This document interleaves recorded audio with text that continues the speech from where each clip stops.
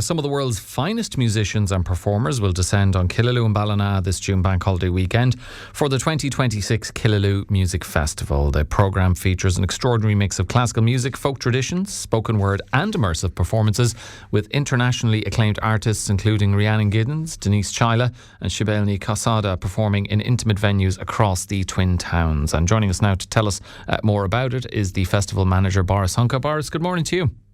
Hello there, how are you? Very, very well. And this festival, we've spoken to you before and others involved with it, it really has grown into one of the significant cultural events in the region. How exciting is this year's programme for you and the team? Well, this year, it's been growing since 2013 when it restarted, and this year again feels like a big step forward. We have more concerts. We expanded out to the Bank Holiday Monday with a family show in the Lakeside, and as you mentioned, some of the artists performing. I mean, Rhiannon Giddens has Grammys and a Pulitzer Prize for music. Everyone knows who Denise, Chaila is, and Sibéal, the Sean Nose singer coming down is great. But also and they're slightly under the radar, but the classical musicians who come, they come from all over Europe. They're some of the best musicians in Europe, and they all come to Killaloe. Largely the draw for them is just to be in this part of the world and spend the week in the sort of beautiful corner of Clare. Yeah, I'm living near there. I can see why they'd be attracted to that, Boris. And even those internationally renowned names, it shows that there's so much more to the festival than just classical music. Denise, Chaila, obviously Irish contemporary hip hop, and then Rhiannon Giddens, someone who, has made Limerick her home and the region her home for many years, but very steeped in, Americana roots and that kind of American tradition. So there's a lot of variety there for people who'll be heading along. Yeah, very much so. I mean, it started off and is still primarily a classical festival, but it's all about accessibility and engagement and reaching out. So by incorporating these other styles and these sort of different types of events, it just means that we can make sure that the festival is relevant, remains relevant for the local community. For the artists, as you say, Boris, coming to Killaloe and spending time there is a big pull. The venues themselves where some of the performances will be taking place, you've intimate venues like St. Flannan's Cathedral, there'll be candlelit concerts there, there'll be family-friendly musical events, there's free community events. What makes the setting, though, of St. Flannan's Cathedral in particular so special? It's an astonishing building. I mean, it's sort of almost 1,000 years old.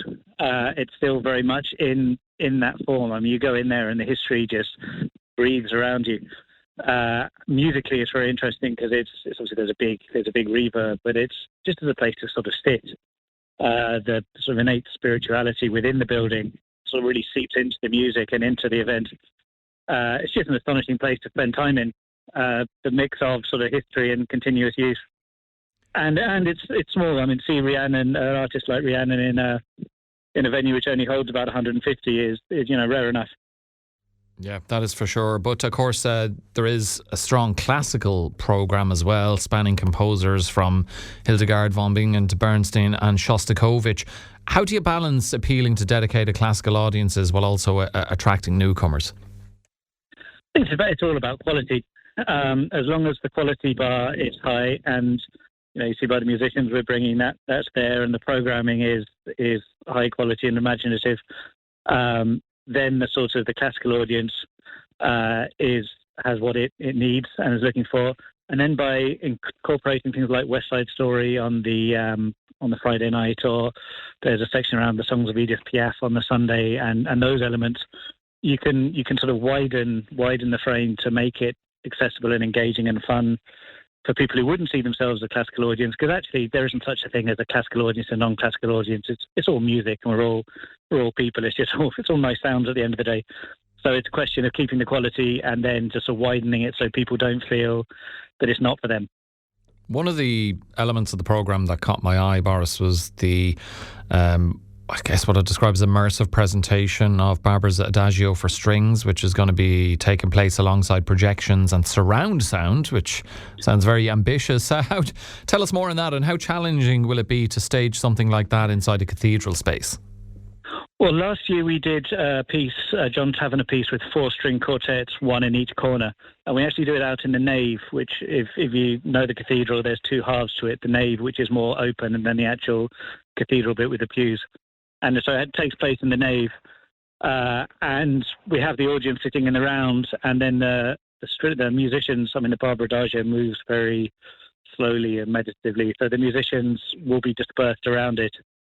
And then the speakers, there'll be 6 speakers around to make sure that everyone gets an equal, rather than just being 2 speakers at the front playing to an audience, it'll be more that the speakers are everywhere, the audience is everywhere, and the players are everywhere, with the projections being up above on the walls above.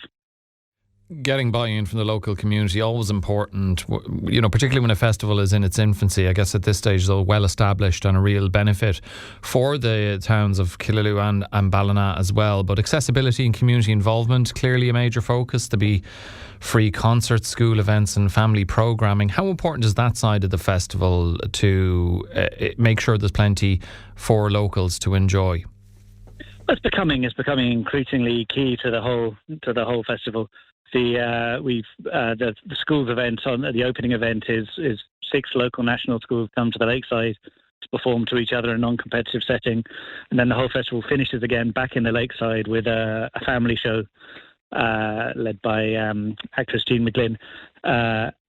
Because a festival which isn't fully embedded in this community and local and regional isn't sustainable. So it's really important to make sure that there is something that everyone can feel they have a sense of ownership and a part of it. On Monday of the June Bank Holiday weekend, you'll have the Choose Your Own Adventure family event, which sounds like a very different kind of musical experience. Is that a way to both appeal to younger audiences, having an interactive event, and maybe getting them growing, instilling a passion for music and lots more besides in them? Yeah, it's like pantomime. And most people's first experience of the theatre is going to the pantomime as children. And this is like a gig version of that. A lot of these young people's first experience of going to a musical performance or a gig will be in this type of setting. And it just sort of lets people know from a very early age that this is part of life, this is part of culture, this is something which is fun, and therefore they'll be open to doing sort of as they move on up.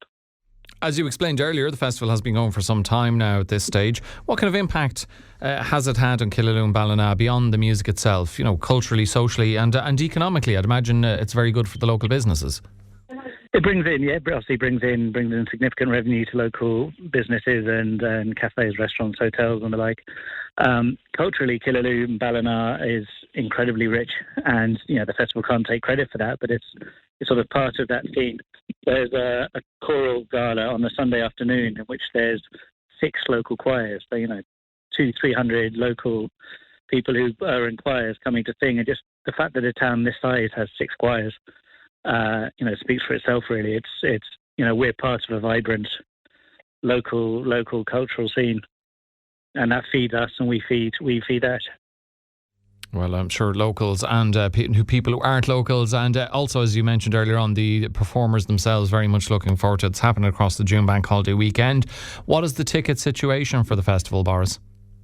The tickets, because it's a small venue, tickets are always worth getting well in advance. They're available on killaloemusic.com. We keep prices low. We certainly haven't subscribed to the sort of inflation of ticket prices, which one sees sometimes in other genres. The evening events are €15, and that's for artists of the calibre of Rhiannon and Denise and Sibéal. And the main 7 o'clock concerts are, again, are €20 with packages available. And then there's the free events in and around that. But all the information is on KillaloeMusicFestival.com. Okay, no doubt it's going to be a roaring success again. My thanks to the festival manager of the Killaloe Music Festival, Boris Hunka. Boris, I appreciate you joining us on the show this morning. No worries. Good to talk to you.